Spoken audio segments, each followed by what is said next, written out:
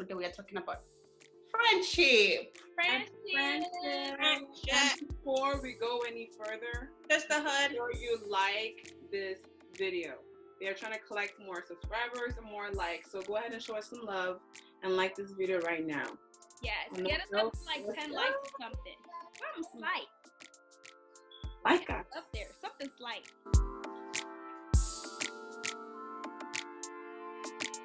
Okay. Okay, who's ready to begin? So what do you guys do? Drinking in your cup. Oh! On the behalf of reaching 104 subscribers, I'm just drinking slight vodka. You know, we need to stay hydrated out here. This is water. You cannot be thirsty. I'm drinking water. Precious, what are you drinking? Schmosa? Diana, what are you drinking? So she's drinking a fresh mosta. I'm just drinking tea because deep down in my heart, we all know that I'm British. Period. And I think the tea, you're about to serve the tea as well. It's just a foreshadowing. I'm serving all the tea. Right. And we're all wearing black because it is a funeral. It's a funeral for our fake friends because we got to preach on the real friends. How about What you? drinking, Rachel? Rachel, what you drinking? Margarita. Oh, What spicy. was it called? Taco Tuesday this week. Taco Tuesday.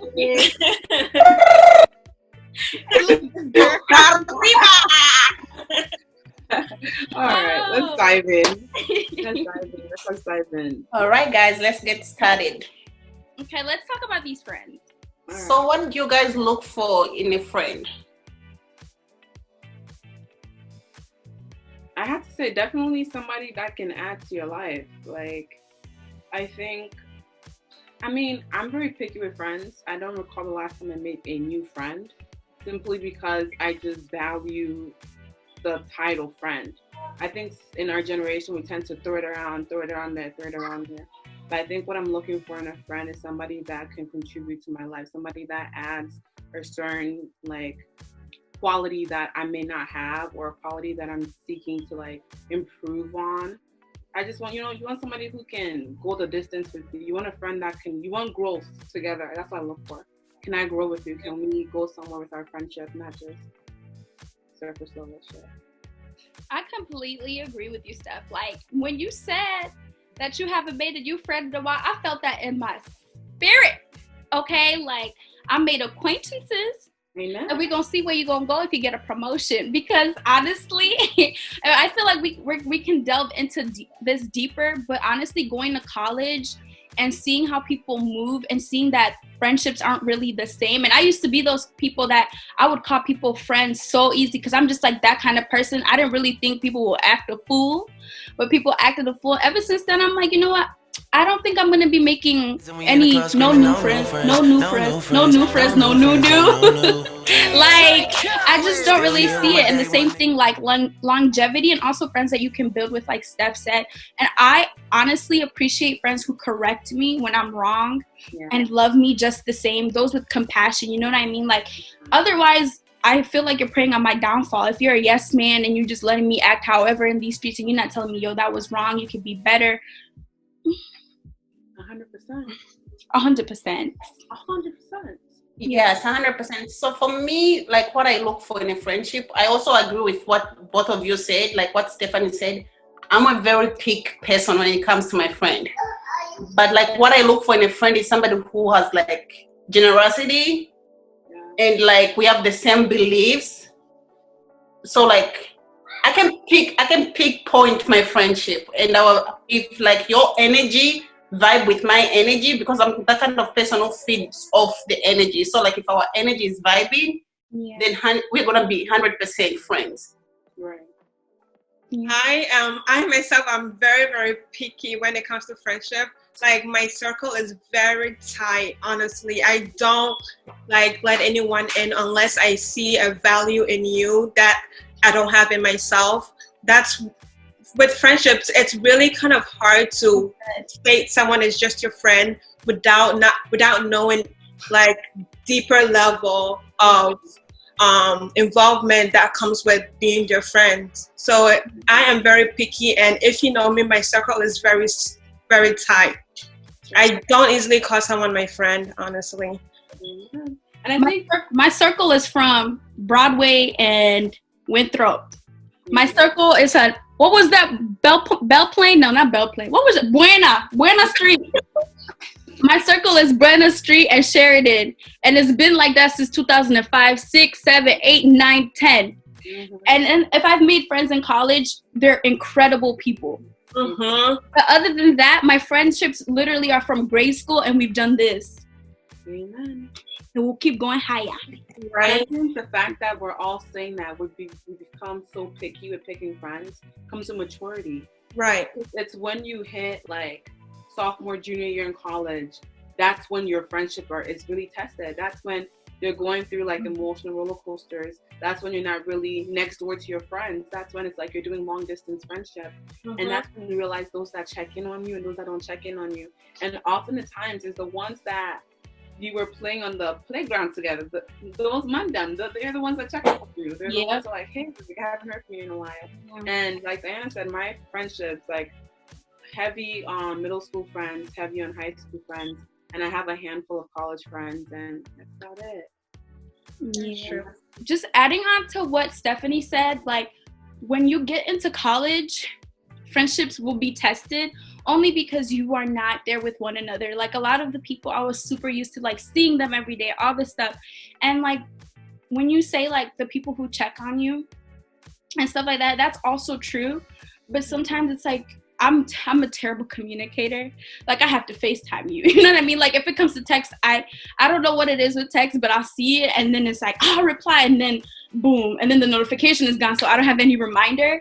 But for me, it was like, okay, on breaks, if we would hang out and the energy is still the same, as if time hasn't gone by, as if we haven't been busy with school, we're filling each other up. I'm over here listening to your stories like this, like, dang, I missed all this and that. Those are the friendships that I'm like, okay, like this is going to be in the long run. Like we don't need to speak every day, but the foundation of our friendship has literally stayed the same. And I love those kind of friendships. Major emphasis on not having to speak every day. Every day, yeah. Please understand that. We don't have to talk every single day to be friends. No. Sometimes I go months without talking to Diana. I could go like a whole 3 months. And when you meet, it's like, hey, A, B, and C. So it's just, like she said, it's major energy when you're face-to-face and understanding that you don't have to talk every day to be friends.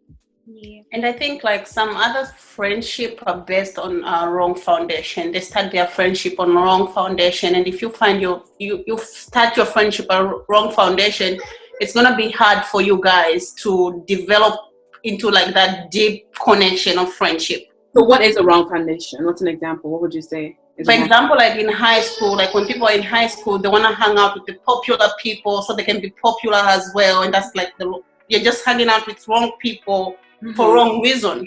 Instead of hanging out with people who brings out the best in you, you want to hang out with the famous people so you can be famous also. That's just an example of like wrong foundation. Or if somebody has money, you want to be friends with them for money. Right. Yeah. Like the quote said, wrong crowds bring the wrong friends. They sure do. No, and it's like I have friends today.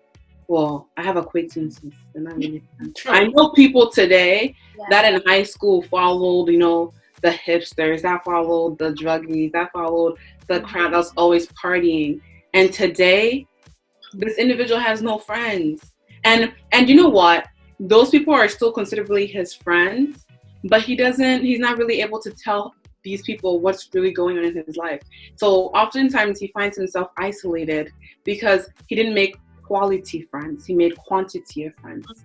He has all these friends. That is a word. Nobody to talk to about shit that's going on in his life. Yeah, exactly. I honestly hate friendship that when I'm doing something wrong, you're not able to tell me what I'm doing wrong. Like step up to me and tell me, hey Rachel, this is what and what you're doing wrong, so that I can give you why I'm doing that then if I'm distancing myself from you, I will tell you that I am distancing myself from you. Don't just assume that I'm ignoring you for a reason. If you think I'm ignoring you, come to me and tell me, and then I'll explain to you why I'm doing that.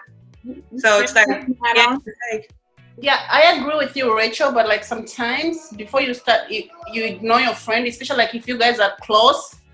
We are all close friends here. So like if I do something wrong to you and you want to ignore me, you can just be like, hey, I think I need a little time from you. And when I'm ready to talk, I'll talk to you. Because like we are close friends and I will understand that you need your space. But if it's like a distance friend, you can just ignore them. But like if you're close, you just don't shut people out. Honestly though, I feel like if you're really close with this person, they'll know that you're mad. So they're going to come to you. That's what like best friends are.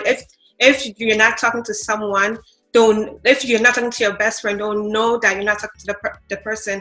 So it's better for them to come and say, oh, sister and so you're mad at me? What's going on? Instead of just assuming the wrong. You get what I'm saying, guys? Like, I do get it, but I feel like if you're mad at your friend, tell your friend, hey friend, I'm mad at you. I agree. That's what I've done. Like I legit hit a friend up like, I'm mad at y'all. I'll be talking to you for the next 6 months.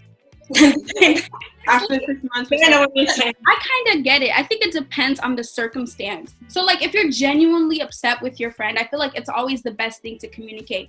But honestly, I have friendships and I myself have experienced times where it's a me thing and I don't even realize that I'm closing you guys out or I'm shutting you out. And so I like, because I'm dealing with stuff on my own, I just don't have that energy to, reach out and all that stuff. And it's not anything personal. And I feel like the times that it hurts is when people jump into conclusions, because I always say, if you jump into conclusions, you're going to jump into the wrong one. You know what I'm saying? Like when you jump into conclusions and you automatically take things personally, there's two things that I look into that. One is that if you're jumping into the conclusion that like I did something, it's like, you don't really value my friendship to come to me and say, is everything okay? You know what I mean? Because sometimes it's not about you, right? Two, personally, if you're jumping to conclusion and saying, oh, Diana's mad at me and she hasn't talked to me like that, what have I done? What have you done that you think would suffice for me to be mad at you? Because honestly, I didn't think I needed to be mad at you, but there has to be like, if you're thinking right, there has to be something that is in your heart that you would think would be valid enough for me to find out and be mad at you. Otherwise, if you haven't done anything, and I haven't done anything, probably means it's something else, right? Exactly. Yeah. Points made. Have you guys personal experience? Could you guys like elaborate your personal experience towards something like that? Where a friend is like, oh, like, are you mad at me type of thing? Yeah. Well, for me, this tea is about to pour. The hate mail is coming. It's not no teas. This is just friend. If we talk about fake friends, I'm pouring tea. But if we're talking about people I'm still friends with clearly now, it's not tea. It's experience and advice. I have one of my really close friends, and we have really grown in this area. And one of the things that I legitimately love about her is she'll be like, Diana, I'm just not, doing well. Or after she's distanced herself for a bit, I'm be like, is everything okay? She'll be like, oh, this was going on. I had to distance myself. I had to take time. I removed myself from social media. This is what's been going on when we play catch up. And also with this friend too, like there was a time where she had distanced herself because of something I had specifically said to her that I didn't realize I didn't know that it affected her emotionally or her feelings. So she had distanced herself for that reason. And I was reaching out to her, but I was used to her taking time for herself, So then after we had spoken, she's like, oh, I need to tell you something. Yeah, I had taken this time out for myself, but also it's because of something that you had said. And I was really surprised because I didn't know I had said anything, right? So then she kind of explained to me what I had said to her and the time frame she was in and what she was going through. And I looked back and I was like, oh, you know what? Like, I completely see where she was hurt by that thing that I had said. But She made sure that she took the time out from that and said, like, let me deal with it. And then once I've dealt with it, I can go talk to Diana about it because I understand it better. She didn't really even understand why, like, at the moment, she didn't really understand a lot of things. So then she took the time out and then she was like, okay, this is the factor that Diana played in that. And with our friendship, I feel like because of that moment, we feel like we can talk to each other more openly when we do certain things to each other. So when she said that, even though I hadn't intended to hurt her feelings are still valid because of the words that I projected. So of course, you know, at least I apologize. You know what I mean? Right. And from then on, it's like, I'm more aware. I'm like, okay, this is the kind of friend she is. And this is how I can't say things to her, or I need to be more careful with how I say things to her because, you know, I don't want to invalidate her feelings at all. I've been in the position of your friend in that story where a friend of mine had said and did something to me, and I didn't think it was appropriate or nice, and it placed me in a very awkward position. So what I did was I knew I had to distance myself to figure out what it is that I wanted. But also before doing so, I texted them and I was like, I will not be talking to you for a while because we are no longer friends as of this moment. And if I give you that courtesy to warn you that I'm not going to be talking to you because at the moment I am not your friend, I value you. Because it's so easy for me to say, you know what, cut.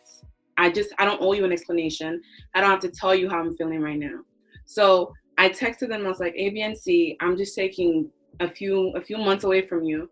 And it's like after I was able to distance myself, you just think better when you remove yourself from a situation. Yeah. So it's just by you removing yourself, you're not talking to this person for a while, you gain so much perspective that when the timing is right, you don't rush it, you just feel it in your heart. You just like, you yearn for this person in your life. And that's how I know if you're good for me, if I miss you. Because sometimes when I stop talking to somebody, it's so easy for me to not talk to you ever again. Because it takes a while for me to get to a point where I'm consistently good without you. So if I reach the point where I'm good without you and I'm like, oh, I miss this friend, that means there's something about you, there's a quality about you that I admire. So I reached out to this friend, and like in like your situation, after that conversation, we are much closer because that distancing allowed us both to be vulnerable and be honest in our communication and what we need from each other as friends. So yeah. But I feel like when you texted them, my heart broke a little bit. Like, we are no longer friends. Girl, you cannot send that to me. You cannot send that to me because I would have been bawling and crying. I would have been like, Daddy, what do I do? Like, I'm just that kind. I'm highly emotional. So if you ever feel like I do something, like this, Stephanie, don't text me like that. Just say, would you prefer for me to shun you? Huh? Would you prefer for me to one day we're talking constantly? No. I prefer the in-between. Just tell her like, Dad, I'm taking a break. Don't be like, we're not friends. We're no longer friends. I have to say we're not friends because I want you to be sweating. I want to say we're not friends because I want no. That's harsh, Stephanie. Yeah. That's sensitive. You can do this to these other people, but not me. I don't foresee us going through that situation, Diana. Yeah, okay, thank you. Jeez. But like, I'm so sensitive. I literally, honestly, I think I've cried more over losing friends than guys. I have, because the thing is, like, in my mind, I know guys come and go. And like with friendships, I don't ever foresee it ending. You know what I mean? With guys, like if it's a relationship, you kind of like, it's either we're gonna get married or we gonna break up. But with friends, I'm like, so we in it together, right? We in this forever. So I've cried way more over broken friendships than. So what leads to you deciding we are no longer friends? Like that breakup, that's major. Like I've only done that maybe once or twice in my entire life.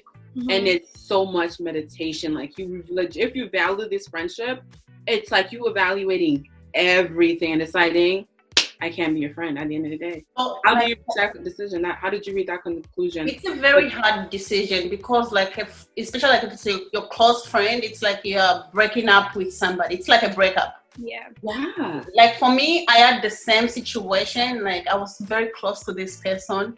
She was like my college friend and we were very close. And I just felt like when I left school, our friendship just became one-sided. It was like, it has to be two ways. It just can't be like one-sided. I would reach out, I would do this. And I understand like, okay, she was still in school. She was on sports team and she had like all this. I understand that. But like, whenever like, I'm like, okay, you have time, you can also reach out to me and just check up on me. Like, how am I doing? And blah, blah, blah, A, B, C, D. But it just became so one-sided. And like, she was that kind of person who didn't want to check her. Like when she's wrong, like we tell her like what you did was wrong. She didn't want to hear it. And I'm that kind of person who don't hide my emotion. If I'm not feeling it, I'm just going to be like, Right. I'm not feeling it. I'm gonna tell you how it is, or I'm just gonna check out and just shut out because I love being by myself. So I just shut out. Then she reached out. She's like, "Oh, you're not texting. What's going on?" And I'm like, "But I feel like I was there. I was like checking up on you. How is school going? How is this going?" But you never did the same for me. Just to be like, "Hey, how's everything going? I know you are doing this. You're doing this." You never did that. But our conversation just kind of get into the heat of the moment, and we're just kind of like miscommunicating. And it just became too toxic for me, and I didn't want to be in that friendship anymore. And it's just like we just stopped texting, we just stopped talking. Precious, nobody's ever that busy. Period. In our generation, we're constantly on our phones. Nobody's ever that busy. It's about words, whether they want to be your friend or whether they just do not want to be your friend. So She told it. For me, for friendships to end and the friendships that have ended, it literally was ultimate betrayal.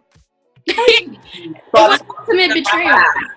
It was literally like me, like y'all behave like this, like ultimate betrayal. And when they said like sometimes God will remove people in the harshest way for you because you wouldn't have done it any other way, and that is so true. And issue is I give people the benefit of the doubt. And before I used to like only care that me and someone's friendship was our friendship and not really caring about what was going on in their other friendships. But that is key.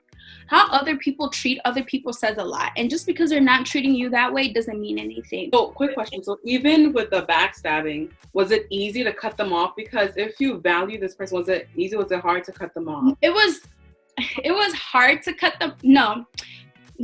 Let me see. It was painful. Okay. But it was something that was supposed to be. There was no way we could have remained friends, especially because after the situation had happened, there was no sympathy from her. Well, honestly, with me, the attitude you give me as a friend is the attitude you receive back to me. Because I'm not going to sit there and let you bullshit me and I'm going to sit there like a puppy and listen. No, that's not how I am. If you're giving me an attitude, I'm also going to give you an attitude back until you realize that the attitude you're giving me is not needed at all in this friendship. And we both going fine. Like, I have a lot of reasons. I like cutting people off easily. Not easily, but like. And then to cut that off. If immediately you do something betrayal to me, I don't talk to you until I want you to figure out why I'm not talking to you, because that's betrayal. Like, I want you to come to me. I'm not going to come to you and say, oh, you did this to me. Like, that's me showing weakness in my eyes, honestly. So I'll wait for you to come to, because you would know what you've done wrong. So why should I come to you and say, oh, you betrayed me, so I want you to apologize? No. But they don't know that you know. Dude, if I know that you betrayed me, you will know that. You're talking about betray. Okay. Yeah, betrayal. You would know that. Yes. Okay. Because like I myself, like it's hard for me to make friends. So whenever I make friends, like I keep them tight. Like I'm very like consistent. I'm a consistent friend. So it's like when you go against my will, but not like my will. Against you, something to hurt you. My will be when you do something,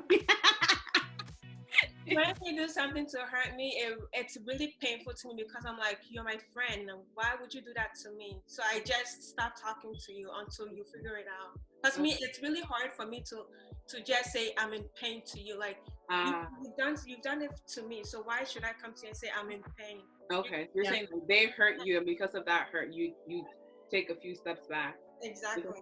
With so much pain. Right. For me, like, I am a very loyal friend. So like if you betray me or you do something like below the line, like below the belt, it's hard for me to forgive you. Like I can forgive you and we can be like talking or whatever, but it's gonna be hard for me to go back to that point where we were at the beginning. Yes. I don't know if it's just me. No, it's not usually. Like I find it easy to forgive like my partner, but like when my friend does something like bad to me, I just we are never gonna go back. You have to prove it to me. Like you have to regain that trust. Yeah. So how do you find Regain that trust. How do you find it easily to forgive your partner but not your friendship? No.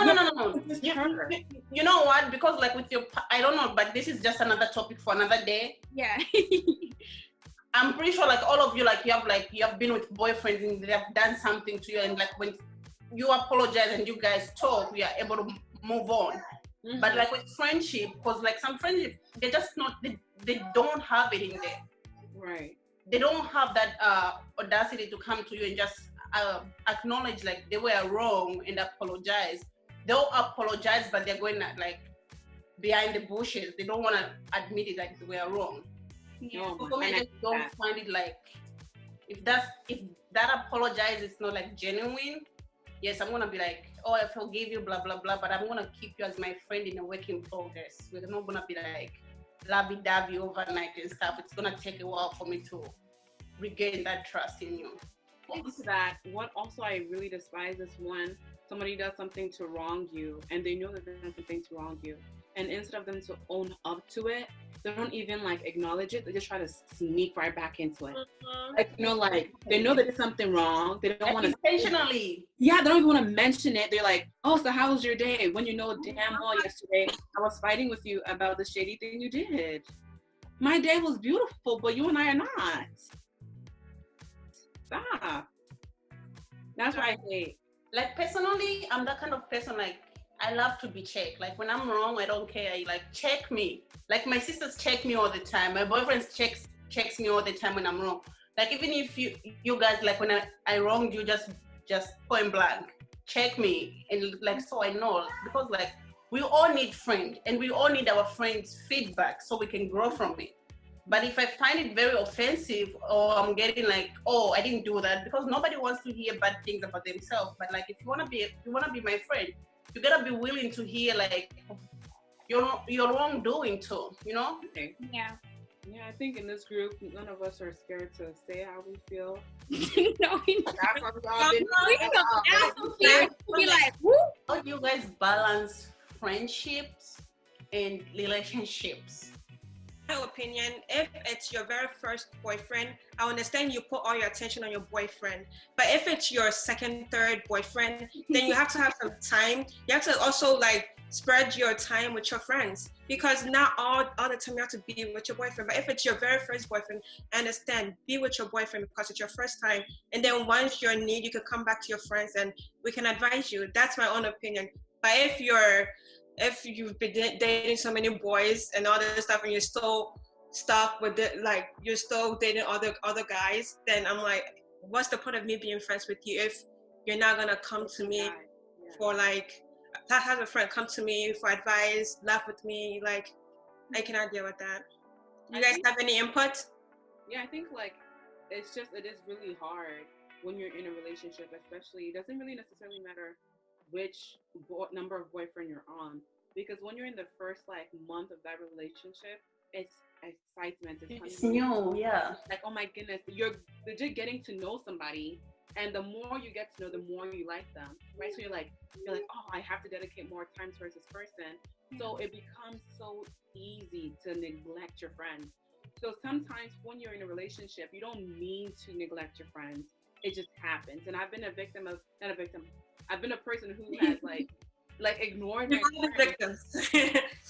I reached a position where I realized I wasn't really like talking to my friends as much. I wasn't really making time to hang out, because all I wanted to do was time with my boyfriend. I want to do nothing but spend time with my boyfriend.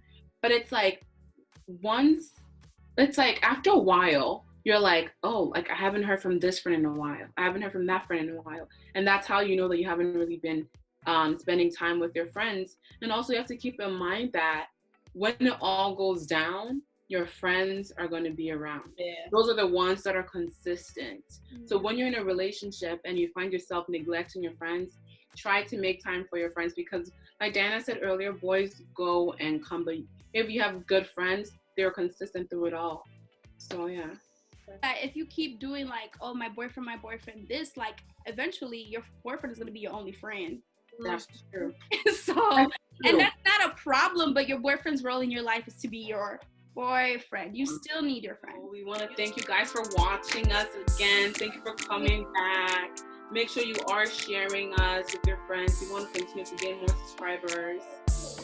Yes, help us get to 10 subscribers. Help us get to 120 subscribers for the next video. Let's have a number goal and help us get 10 likes, at least 10 likes on this video. Show us, you know, if you like it, and comment what you thought about it. You know what I'm saying? We're gonna be coming to you guys with content. Don't forget to comment. Don't be a stranger, guys. Please make sure you comment, like our videos, subscribe us on IG. Thank you so much. What? She has her own YouTube channel on motherhood and all that stuff. Precious, what's your channel about? My channel is all about motherhood and beauty and home decor, of course. Home decor. So make sure you guys are subscribing. Yes, please subscribe to your channel. Let's share the love. Let's share the support. Gang, gang, gang, gang, gang. Appreciate you guys. Bye. Bye. Bye. Is that